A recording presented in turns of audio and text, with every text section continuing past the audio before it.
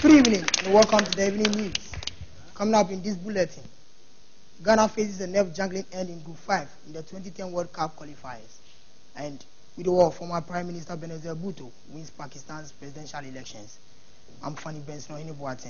Now the details. Ghana and Libya face a nerve-jangling end in Group 5 in the 2010 World Cup qualifiers after Gabon beat Lesotho 3-0 on Sunday to join the photo finish.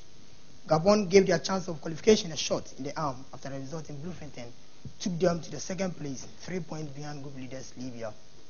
2006 World Cup finalist Ghana is also on 9 points, but the Panthers have a better goal difference. Libya will travel to Gabon for the final game next month, while Ghana will host Lesotho, meaning all the top 3 teams are in with a chance of qualifying. A draw for Libya and Gabon will see them topping the group. The 12 group winners and the best 8 runners-up advance to the final qualifying phase, where they will be split into 5 groups with the winners joining host South Africa at the first World Cup to be staged by Africa. In other news, Asif Ali Zardari, the widow of former Prime Minister Benazir Bhutto, has won a sweeping victory in Pakistan's presidential election. The election was called after General Pervez Musharraf resigned rather than risk being impeached. Ali Zardari faces a severe economic problems and a rampant Islamist insurgency that are threatening Pakistan's stability. During the voting, a bomb explosion killed at least 12 people near Peshawar city. The president is elected by secret ballot in the national and 4 provincial assemblies. In votes released so far, Election Commission officials say Asif Ali Zardari has won 459 votes, far more than the 352 votes that would have guaranteed him victory. Zardari was thrust into the center of political power by the killing of his late wife and former premier Benazir Bhutto last December, after which he became the head of Pakistan's People's Party, PPP. That brings us to the end of the news. But before I go, a recap of the headline stories. Ghana and Libya faces a nerve-jangling end in Group 5 in the 2010 World Cup qualifiers after Gabon beat Lesotho 3-0 to join the photo finish. Asif Ali Zardari, the widow of former Prime Minister Benazir Bhutto, has won a sweeping victory in Pakistan's presidential election. Thanks for watching. My name is FunnyFace Reading. Good evening.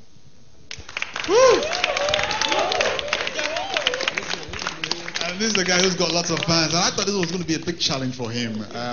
His background, where he's coming from. But he says a make or break. John, your comments, please. Funny, obviously you're not a news person, but it was a good try. A few things, for me, things that worry me most are what people wear when they appear on television. Your shirt and your suit, definitely okay. So probably had to get a different shirt. You see, you're wearing, is that a red? Is that red? Red with white stripes.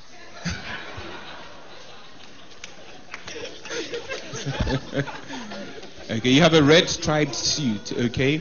Don't say stripe head, okay? Stripes. Yeah, okay. But anyway, Funny, I think that you would have to probably look at sticking to what you do best, and that is entertaining people. News is definitely not for you. But I do hope that for the sake of this competition, you go through honestly and people vote for you. Thank you. Ava.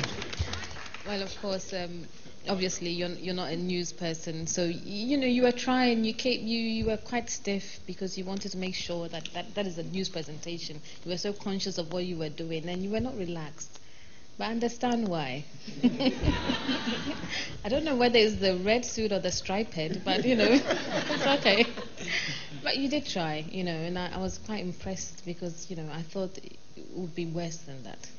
Yeah. Thank you. Funny, honestly, I was sympathizing with you. You had been forced into unfamiliar grounds. I like your eye contact. You did a lot of conversation with the camera, if I may describe it as such. That was very good. But as has already been said, you were trying to cope with that situation. All the best, Funny. Thank you, sir. So keep Funny in if you want him here next Friday. Thank you, Funny. And who's your favorite news anchor? Emma Morris. I'm not sure I believe them now. But he says it's you, so if it's funny all the way, go ahead and text his name to 1739 for all networks. And speaking of the outfit, John, indeed, you know, the red attire was commissioned by Benghazi, who's here with us. And Benghazi actually told me that he didn't want to, but Funny said, make me look funny on set. So Benghazi came out with the best design. Put your hands together for Benghazi.